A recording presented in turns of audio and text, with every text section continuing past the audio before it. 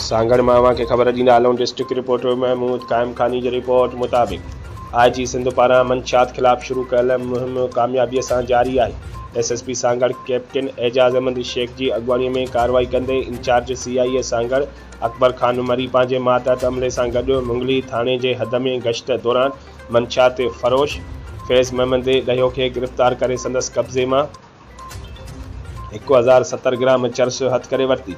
जॾहिं त SHO सांगड़ गुलज़ार अली मरी स्नीप चेकिंग दौरान ॿ ॾोहारी ज़हीर अब्बास अवान ऐं तारिक हुसैन मरीअ खे गिरफ़्तार करे संदसि कब्ज़े मां 2 TT पिस्टल हथ कया विया। गिरफ़्तार जवाबदारनि ख़िलाफ़ सिंध आर्म्स एक्ट जे कलमनि तहत केस दाख़िल कयो वियो आहे।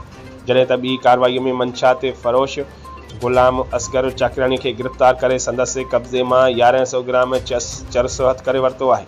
SHO शाहपुर चाकर अशरफ अली ज़रदारी पंहिंजे मातहत अमले सां गॾु मंशात फ़रोश अब्दुल वाहिद शर खे गिरफ़्तार करे संदसि कब्ज़े मां 380 गुटको फड़ियूं हथ कयूं वयूं आहिनि।